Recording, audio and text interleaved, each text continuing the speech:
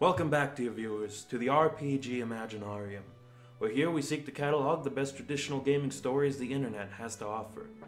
Tonight we bring you a story about a wily binder who manages to win the greatest game of all. The story was originally posted on 4chan's TG board.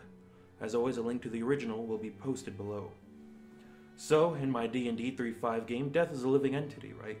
I give him Divine Rank 0 for shits and giggles in case the players ever feel like slaying Death and starting on their way to godhood. Anyway, as per every Death ever, my Death lets people challenge him to a game of their choosing. If they win, they can come back to life with no level loss or anything. Of course, Death rarely loses. Not only this, but he can choose to not allow a particular challenge. He often only does this in cases of, LOL, let's play, I win, you lose. The party consists of a fighter, cleric, binder, and wizard. In an almost total party wipe, everybody but the binder died. Damn nasty frostworms that nest was. Never seen so many 20s. All three naturally challenge Death to a game. The fighter, thinking he's clever with his greater cleave and such, challenges Death to a goblin slaying contest. First one to kill the most first level warrior goblins out of an infinite number in 1 minute, 10 rounds, wins.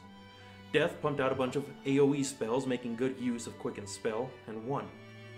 The cleric challenges Death to a game of pleasing the cleric's god, Pelor. Whomever performs the most acts appeasing to Pelor in 24 hours wins, Pelor himself deciding. The cleric enters into a meditation and communicates with his deity, that he only entered this pact to have things done in his favor, therefore anything Death ends up doing should also be counted for him as well. He then performs a ritualistic dance to one-up this number so it wouldn't be a tie. Death then goes to slay a bunch of Pelor followers, and Pelor is so pissed that even though the cleric won and was revived, Pelor smites him back into dust. Death laughed and asked if he'd like another game, but the cleric just said no. Finally, the wizard challenges Death to a game of wits. Wow, wizard, way to be original. He proposes that they ask each other riddles until someone gets 3 wrong.